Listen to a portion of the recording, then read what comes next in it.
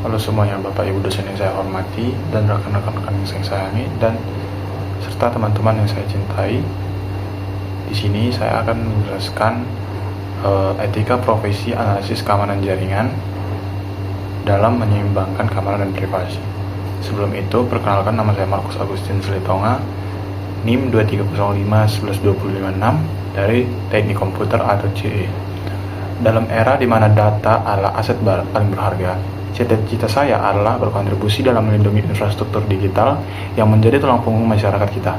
Cita-cita ini mengerucut pada salah satu profesi spesifik, menjadi seorang profesional keamanan cyber, khususnya sebagai analisis keamanan jaringan atau network security analysis. Oke, jadi apa sih yang dilakukan oleh profesi keamanan jaringan atau cyber security dan mengapa peran dari keamanan jaringan itu sangat penting? Jadi, seorang analisis keamanan jaringan adalah profesional defensif yang bertugas memonitor, mendeteksi, menganalisis, dan merespon ancaman keamanan pada jaringan komputer sebuah organisasi. Nah, seorang analisis keamanan jaringan pada dasarnya adalah penjaga gerbang digital. Ia menggunakan alat seperti SIEM atau Security Information and Event Management dan IDS atau Intrusion Detection System untuk mengawasi lalu lintas data. Nah, perannya ini sangat penting karena salah satu saja insiden kebocoran data atau data breach dapat menyebabkan kerugian finansial miliaran rupiah, merusak reputasi perusahaan, dan melanggar hukum seperti Undang-Undang Perlindungan Data Pribadi atau PDP. Oke, jadi kita di sini akan membedah atau membahas etika unik dan yang spesifik untuk profesi keamanan jaringan. Nah, profesi ini tuh memegang kunci ke seluruh kerjaan data. Oleh karena itu, etikanya jauh melampaui sekedar kata jujur. Jadi di sini ada beberapa pilar etika fundamental yang wajib dipegang. Yang pertama itu kerahasiaan absolut atau absolute confidentiality.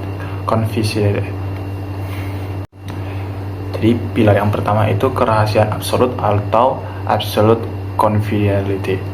Seorang analis akan melihat semua data yang lewat, baik data sensitif perusahaan maupun data personal karyawan. Etika profesi menuntut kami untuk memperlakukan data yang kami akses seolah-olah tidak terlihat. Kami terikat sumpah profesi untuk tidak mengakses, menyalin, atau menggunakan data ini untuk kepentingan, bahkan jika kami memiliki kemampuan teknis untuk melakukannya. Lalu pilar kedua itu integritas sistem. Tugas kami adalah melindungi integritas keaslian data dan sistem.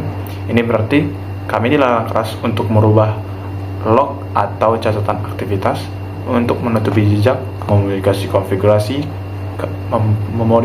konfigurasi keamanan tanpa otorisasi, atau menyembunyikan insiden hanya untuk menghindari teguran.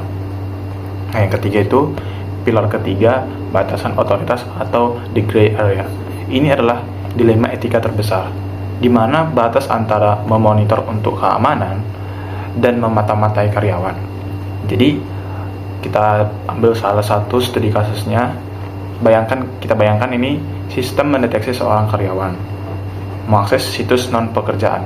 Sebagai analis, saya mungkin memiliki akses untuk melihat apa yang diakses.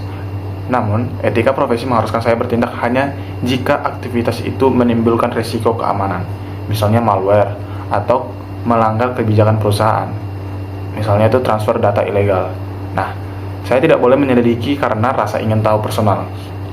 Etika membatasi kekuasaan teknis. Jadi, untuk sebagai kesimpulannya, sebagai penutup itu, menjadi analisis keamanan jaringan bukanlah sekedar pekerjaan teknis mengkonfigurasi firewall. Keamanan jaringan itu profesi kepercayaan atau profession of trust. Tantangan terbesarnya itu bukan pada alatnya, tetapi pada manusianya. Etika profesi itu ibaratnya itu sebuah kompas moral yang memastikan bahwa kekuasaan besar untuk melihat segalanya. Di dalam jaringan digunakan hanya untuk satu tujuan, melindungi dan bukan merusak. Sekian untuk penjelasan dari pemaparan etika profesi, analisis keamanan jaringan dalam menyeimbangkan keamanan dan privasi. Terima kasih.